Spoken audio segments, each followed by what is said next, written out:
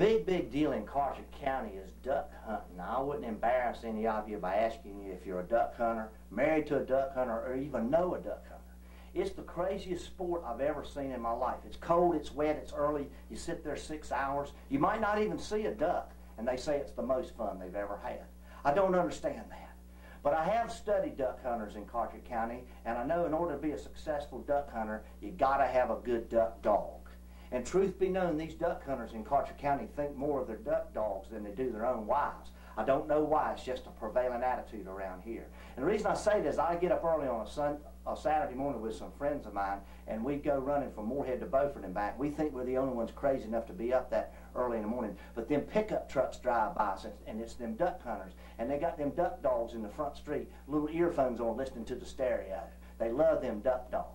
So I'm going to take you down to the far eastern reaches of Carteret County, a place called Cedar Island. One person said Cedar Island's not the end of the world, but you can see the end of the world from Cedar Island. It's way down there. It's one of those bone-chilling duck hunting mornings, and Lester Gray and Howard Douglas are getting in their skiff, getting ready to go across Cedar Island Bay to go over to Hog Island to kill their limit of ducks this particular day, and they've got their duck dogs in the boat with them. And just to break the silence of the bone-chilling morning, Lester Gray says to Howard Douglas, he said, "Howard, my dog Trooper here is probably the best duck dog in the whole world." Well, Howard couldn't stand a boast like that, and he said, "Lester, Trooper ain't even the best duck dog in this boat." He said, "My dog Duke here is the best duck dog in the whole world, and $5 says I can prove it to you." So the bet was on. But when they reached the shores there to Hog Island, Duke jumped out the boat and disappeared up the shoreline out of sight.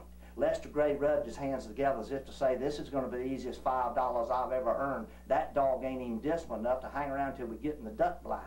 But they get settled good in the duck blind, and suddenly they see this speck on the horizon coming down the shoreline at a fast rate of speed, and it's old Duke. And he skids in on his belly in front of that duck blind, and he holds up one paw. And Lester says, "Howard, what does that mean?" And Howard says, "That means there's one duck coming, and we better be ready." Sure enough, one little lone duck appeared in the eastern sky. Bang, they shot that duck. Duke retrieved him, disappeared up the shoreline out of sight again. Waited a few more minutes. Suddenly that speck on the horizon came down the shoreline at a faster rate of speed, and it's old Duke, and he skidded in on his belly in front of that duck blind, and he perked up both ears. Lester Gray said, "Howard, what does that mean?" He said, "It means there's two ducks coming, and they're flying low."